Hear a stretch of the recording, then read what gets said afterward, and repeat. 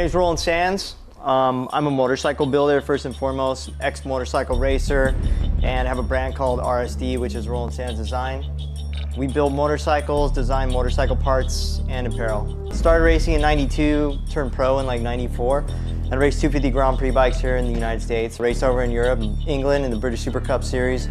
Also did the Spanish Open Ducato Series and had a pretty fun career. A lot of injuries, but also a lot of really fun rides and just a great way to spend my 20s and early 30s.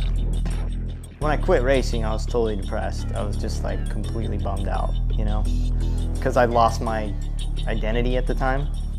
I used to win and I get so amped. I was like, yeah, I won a national, it's insane. And I won this race and afterwards it didn't like do anything for me and I was like, what the f? What's going on with me? Like, you know, I really need to maybe stop and reassess what I'm doing.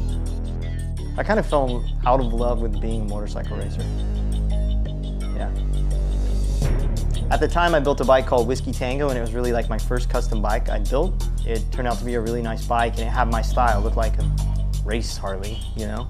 My last race was at Laguna Seca. I finished second in the national at Laguna, and the bike was there and people like really dug on the bike. People were more stoked on my motorcycle than me finishing second in a national. It was a huge realization that that really meant something. I didn't think that it would take me to somewhere new. I didn't think it would help me create a brand. I didn't know it would give me a life beyond just being in the shop designing motorcycle parts. And that kind of just got me going. I was like, let's do something different. This seems like really a new way to do things. A new way, it's a way that I can be an artist. It's a way that I can do what I've always done, which is sketch and draw and paint, and then apply it to something that actually we can sell, so.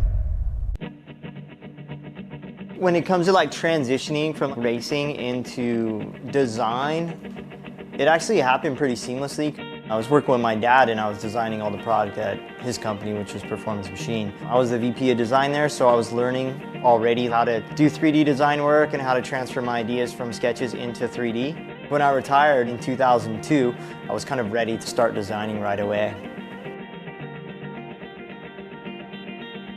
We built the place like 2.5 years ago and it's basically houses everything that we do all in one spot. You know, our apparel group's here, our hard parts group's here, we build bikes in the back.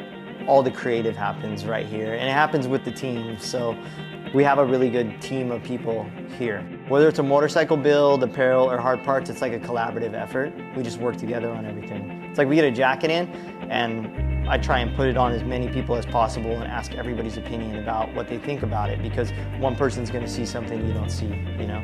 In the end, that diversity of opinion is what creates a good product.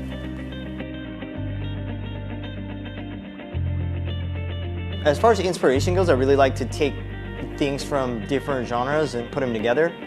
I mean, I think it's like in music, if you look at music today, it's so fragmented and segmented, which I think is really cool because it brings new sounds, you know, that you've never heard before together, and that always creates something unique and new. So I try and do the same with our bike builds, even with our apparel, motorcycle parts and everything. We've always built a real wide range of things, so I think if you look at the bike builds that we've done, it's like Harley, GSX-R 1000, KTM, Harley, Sportster, Softail, maybe a bagger, then it's like a cafe racer, and then it's like a flat tracker, and it really is pretty random. If you look in our shop right now, you can see the different projects going on. It's pretty crazy, and I think that's pretty consistent for us.